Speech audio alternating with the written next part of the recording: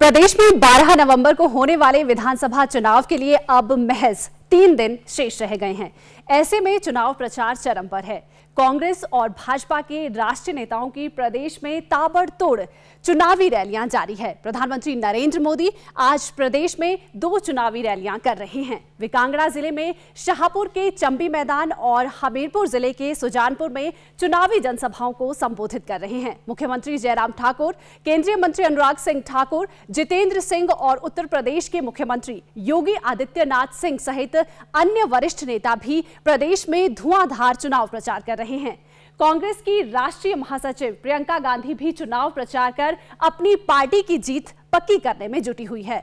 माकपा, भाकपा, आम आदमी पार्टी और अन्य क्षेत्रीय दलों सहित निर्दलीय उम्मीदवार भी दिन रात चुनाव प्रचार कर अपनी अपनी जीत पक्की करने में लगे हैं। राजनीतिक दलों की विधानसभा चुनाव को लेकर इन गतिविधियों को डीडी न्यूज अपने दर्शकों तक जनादेश 2022 के माध्यम से विस्तार पूर्वक पहुंचा रहा है। जनादेश के आज के इस अंक में हम सर्वप्रथम बात करेंगे प्रदेश में विभिन्न राजनीतिक दलों के राष्ट्रीय और राज्य स्तरीय नेताओं की चुनावी रैलियों की और देखेंगे किस नेता ने कहां चुनाव प्रचार किया और क्या कहा।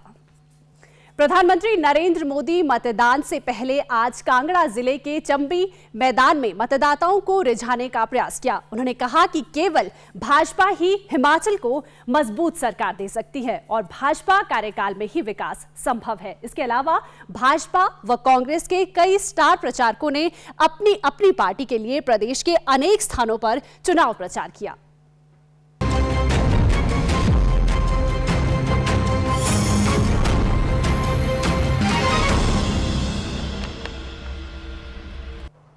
कांग्रेस का आधार आज भी परिवारवाद ही है।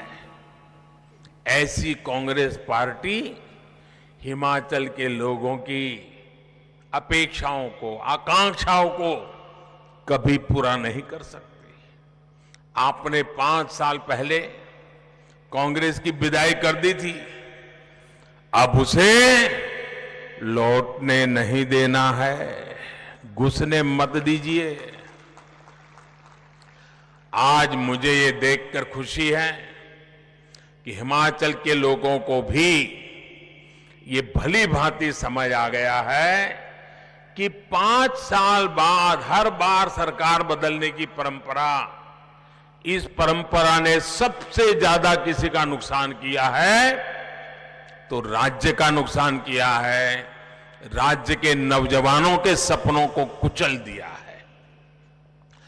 कांग्रेस जैसे ये दल जब सरकार में होते हैं तो सोचते हैं कि 5 साल बाद सरकार तो बननी नहीं है, 5 साल के बाद बदल होने ही वाला है, तो फिर काम करने की क्या जरूरत है, मौज करो। यही करते रहते हैं ना। और इसलिए उनका अपना पूरा ध्यान 5 साल में जितना इकट्ठा कर सके, जितना माल लुटाई कर सके, तिजोरी भर सके, काली कमाई कर सके, उसी में लगा रहता है। ये जो राजनीतिक परिपाटी थी, इसको पूरे देश में बदलने का बीड़ा भाजपा ने उठाया है, देश के लोगों के आशीर्वाद से उठाया है। हम ऐसी राजनीतिक परंपरा बनाना चाहते हैं कि हम सरकार में ऐसा काम करें कि वोटर हमें बार बार अवसर दें। इसलिए हम विकास के लिए, देश के लिए हर जगह, हर स्तर पर काम कर रहे हैं। साथियों, जब सरकार में निरंतरता होती है, सरकार वापस आती है, तो लोगों को भी सरकार से हिसाब मांगने का मौका मिलता है। अगर आपने मुझे 2019 में न बिठाया होता तो आप मेरे से हिसाब मांग सकते थे क्या? नहीं मांग सकते थे, कोई और सरकार आ जाती। लेकिन आपने मुझे दोबारा बिठाया 19 में, तो आप मुझे पूछ सकते, मोदी जी वो क्या हुआ, मोदी जी उसका कब करोगे? और मोदी जी को भी लगेगा भाई मुझे करना पड़ेगा।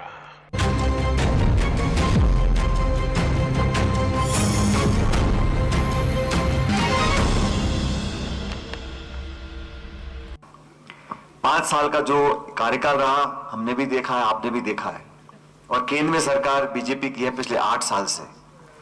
तो ये कहना गलत होगा कि राज्य सरकार को संसाधन नहीं थे, बजट नहीं था, पैसा नहीं था, क्योंकि केंद्र सरकार पूरी मदद करती है और मुख्यमंत्री जी और उनकी पूरी सरकार ने जो 5 साल काम किए उसके आधार पर ही वोट नहीं मांग रहे हैं। पूछना चाहता हूं कि इन 5 सालों में हिमाचल प्रदेश एक छोटा प्रदेश है, लेकिन पूरे राज्य के अंदर जो निवेश होना चाहिए था, जो उद्योग लगना चाहिए था, जो रोजगार उपलब्ध कराने थे, जो शिक्षा, चिकित्सा, सड़क, बिजली, इन तमाम मुद्दों पर काम करना था, उसमें अगर काम अच्छा किया होता तो अपनी रिपोर्ट कार्ड के आधार पर जनता आपको वोट डालती।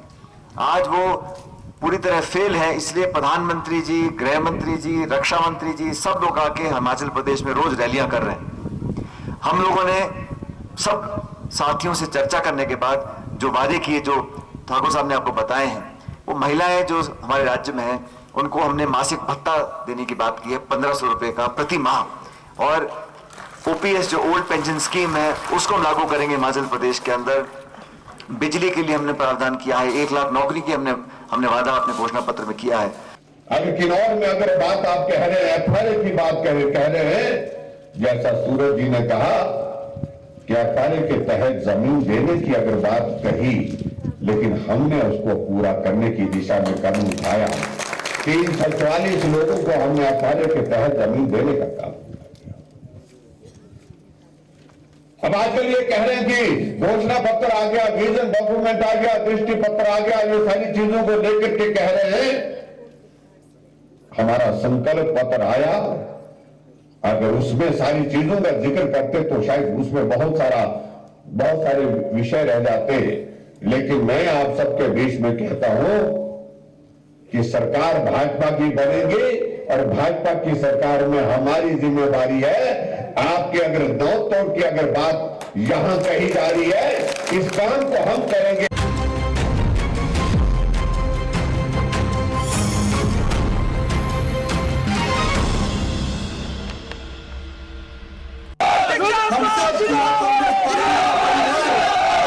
महिलाओं की पेंशन की बात है, 1500 रुपए प्रति माह हमारी महिलाओं को पेंशन।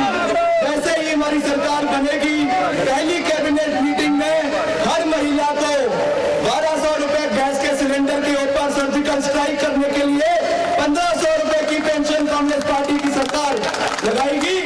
और वैसे ही जो हमारे कर्मचारी है, पहली कैबिनेट मीटिंग में पहला एजेंडा जो मुख्यमंत्री के टेबल के ऊपर आएगा वो ओल्ड पेंशन स्कीम की बहाली हिमाचल प्रदेश के अंदर होगी।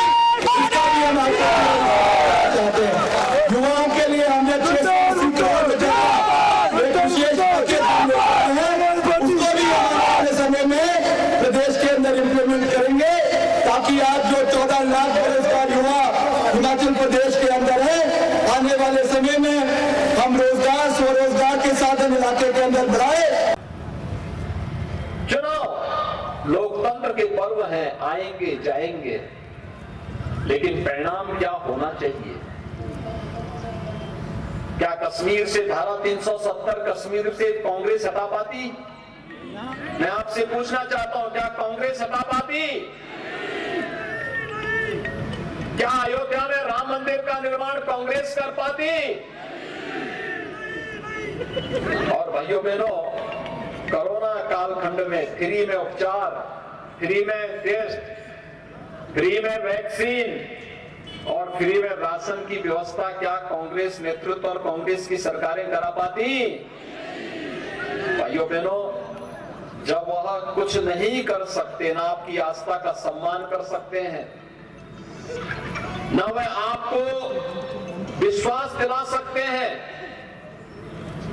न आपके हितों का संरक्षण ही कर सकते हैं, न आपको सुरक्षा ही प्रदान कर सकते हैं, तो फिर हम उन्हें समर्थन क्यों दें? कतई नहीं देना चाहिए। और इसीलिए प्रधानमंत्री मोदी जी ने जो कहा सो करके दिखाया।